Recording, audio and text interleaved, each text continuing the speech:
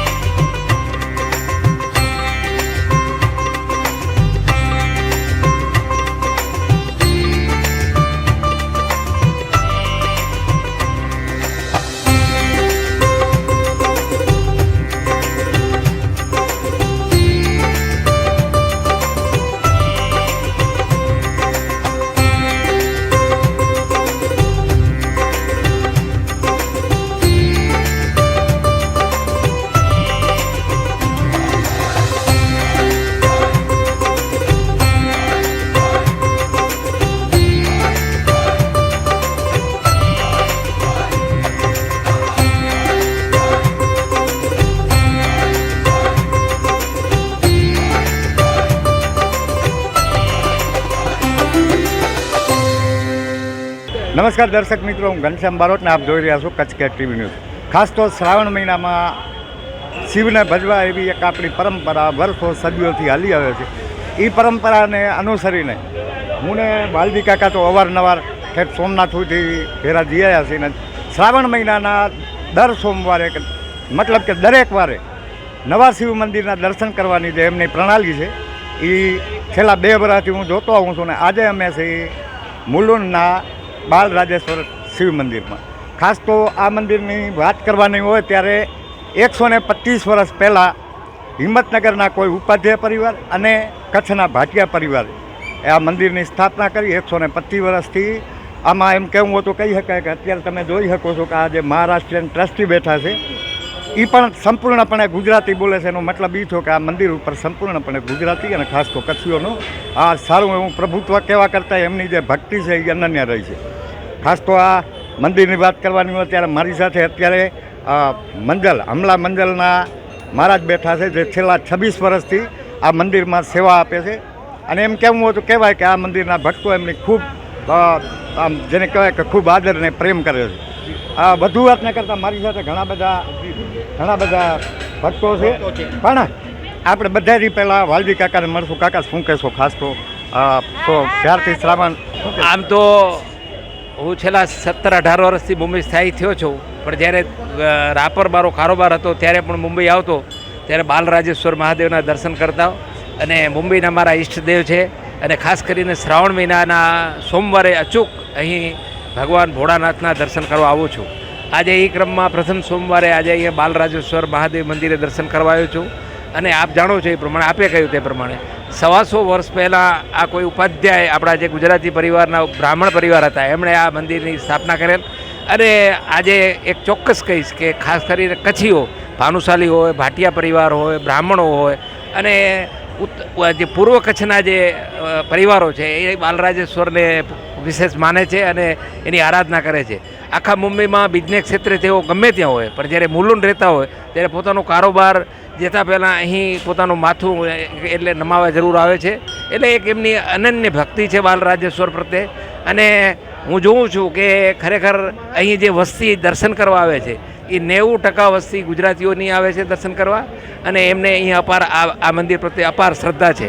વિશેષ કરીને ભાટિયા પરિવારે જ્યારે આ મંદિરમાં પોતાનું યોગદાન આપ્યું છે ત્યારે અહીંયાના ભાટિયા પરિવારો અને ભાનુશાલી પરિવારો વિશેષ આ ભગવાન શિવની આરાધના કરે છે અને ખૂબ એનો મહિમા છે અને ખૂબ એનું પુણ્ય પણ છે। અને મને તો મેં કહ્યું તેમ મારા ઈષ્ટદેવ છે, મારા હરેક કાર્યમાં એમને સાથે રાખું છું અને ખૂબ ભક્તિભાવથી આ ભગવાન ભોલાનાથ બાલરાજેશ્વરના દર્શન કરું છું। જી ખાસ તો દર શ્રાવણ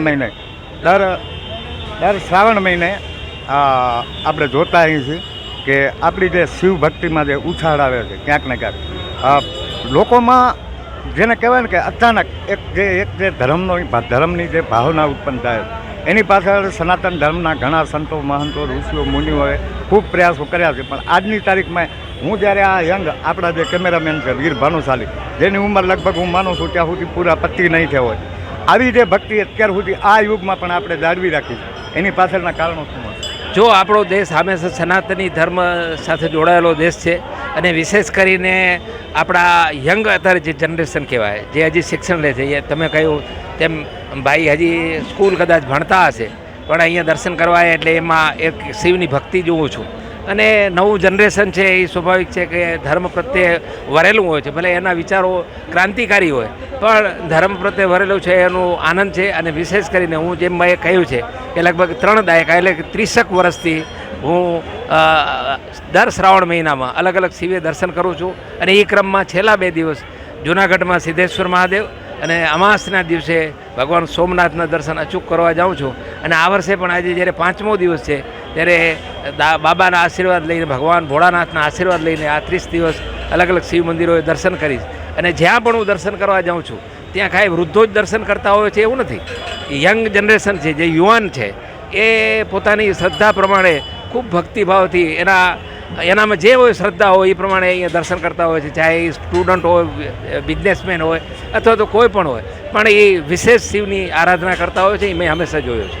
જી દર્શક મિત્રો, ખાસ તો વાલજી કાકાની વાત કરવાની હોય ત્યારે હું એમની સાથે સોમનાથ, સિદ્ધેશ્વર, જૂનાગઢ, રાજકોટ, અરે આપણું રાપર તાલુકાનું ઉખેડા, જ્યાં જ્યાં જરૂર પડી હોય ત્યાં અમે દર્શન કરવા ભેરા હોઈએ છીએ. ને ખાસ તો આ શ્રાવણમાં પણ લગભગ હું માનું છું ત્યાં સુધી સોમનાથ કદાચ અમે ભેરા જશું.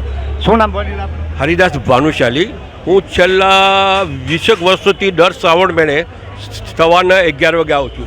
અહીં આવું છું તો મને એવું ભાવ થાય છે કોઈ જ્યોતિર્લિંગના દર્શન કરું છું. જે આપણા 12 જ્યોતિર્લિંગ છે એમાં મારો અહીં જોઉં છું તો મને એવું થાય છે કે કોઈ જ્યોતિર્લિંગને મને એવું પ્રેમ છે. છેલ્લા હું 20 વર્ષોથી આવું છું. દર શ્રાવણ મહિનામાં અમે અહીં અચૂક, એમ તો અમે રોજ જ આવીએ છીએ પણ શ્રાવણ મહિનામાં અમે 11 વાગે અભિષેક દૂધ જે જલધારા અમે પુષ્પ અર્પણ કરવા અમે અહીં હર વર્ષો આવીએ છીએ. 5 વર્ષથી અમે અહીંયા રોજ આવીએ છીએ. રોજ કોઈ દિવસ ખાડો નહીં. બહાર ક્યાં જઈએ તો બાપાને દર્શન કરવા વગર ક્યાં જઈએ નહીં. મારો છોકરો છે 10 વર્ષ ત્યાં સેવા આપે છે રાતના, બધા ધોવાના ના કરવાના. મારો છોકરો 10 વર્ષથી સેવા આપે છે અહીંયા. ને અમે પણ કન્ટિન્યુઅસ અમારો પૂરો પરિવાર રોજ જ આવે છે. રોજ તો અમે આવીએ છીએ તો કામ બધા સફળ ને સિદ્ધ થાય છે. ને આવીએ છીએ તો બહુ મજા આવે છે કે એમ ભગવાન ક્યાં પણ જ્યોતિર્લિંગમાં જઈએ પણ જે અહીંયા જે લાભ એ તો બહુ મસ્ત સરસ છે. ને બહુ અમારી તો બહુ માન્યતા, અમારા પૂરા પરિવાર અહીંયા આવે છે રોજ. અચૂક શ્રદ્ધા છે અમારી. જે શ્રદ્ધા અમે જે રાખી છે ને એ અમે મનોકામના એ બાળાજી બાપાએ પૂરી કરી છે. અને અહીં જે મુલુંડમાં એ તમારું ગામ કેવું ગામ? અમે કચ્છ ભાનુશાલી ધોળે ગામના છીએ.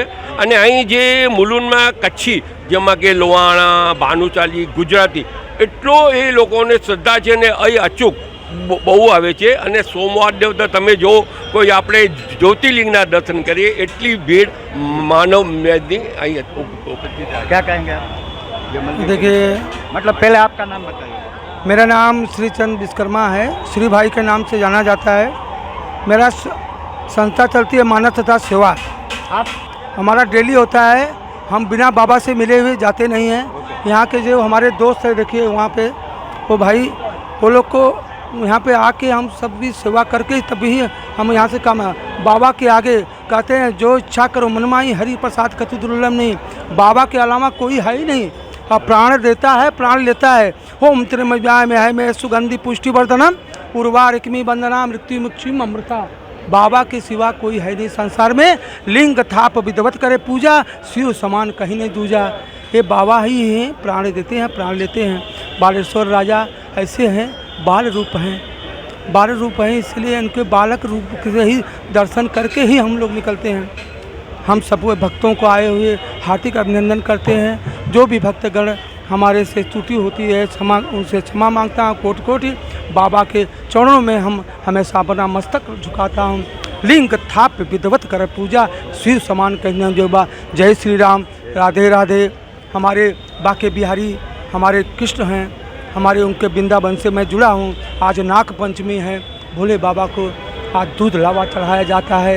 हमारे काशी में ये भाई जैसे बोले गुजरात में हो, कच्छ में होता है, कच्छ में तो माई है, जगजननी है, लेकिन भोले बाबा तो हर जगह विराजमान है। एक ही भोले बाबा ऐसे हैं जो 24 घंटा ही जागते हैं, सोते नहीं हमारे भोले बाबा। हमारे नहीं, हम सबके बोले। अरे भाई सबके हैं, हमारे कैसे हैं, सबके हैं। ठीक है। और दूसरी बात यह है कि यहाँ जो ब्रह्मांडेश्वर महादेव है, महादेव तो अनंत हैं, अनंत हैं महादेव। महादेव को तो टेंशन होता है ना, तो लोग कहते हैं भांग खा लेते हैं, महाराज लोग बोलते हैं ये खा लेते हैं। नहीं, हमारा बाबा कुछ नहीं खाते हैं। क्या खाते हैं मालूम? ये भी सुन लो, आप भी सुन लो। बाबा हमारे राम नाम का माला निकालते हैं, बोलते हैं राधे समझ गया।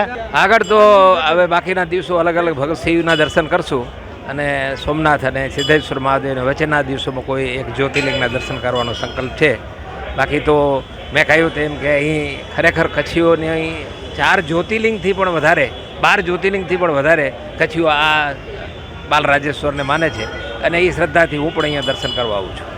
તો દર્શક મિત્રો, વાત જ્યારે મહાદેવની આવે ત્યારે તમે એનો જેની ચપટી ભભૂતમાં એક આખો કુબેરનો ખજાનો સમાઈ જતો, એના વિશે એને તમે શબ્દોમાં વર્ણવી ના શકો.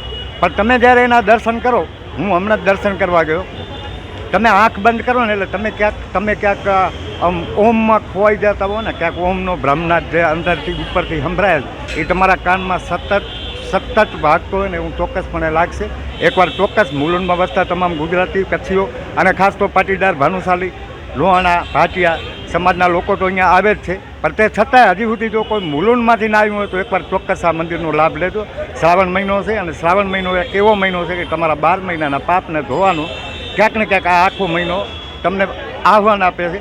એ આહવાનને ઝીલી લેજો. ઘનશ્યામ બારોટ, કચ્છ કે ટીવી ન્યૂઝ, મુલુંડ, મુંબઈ.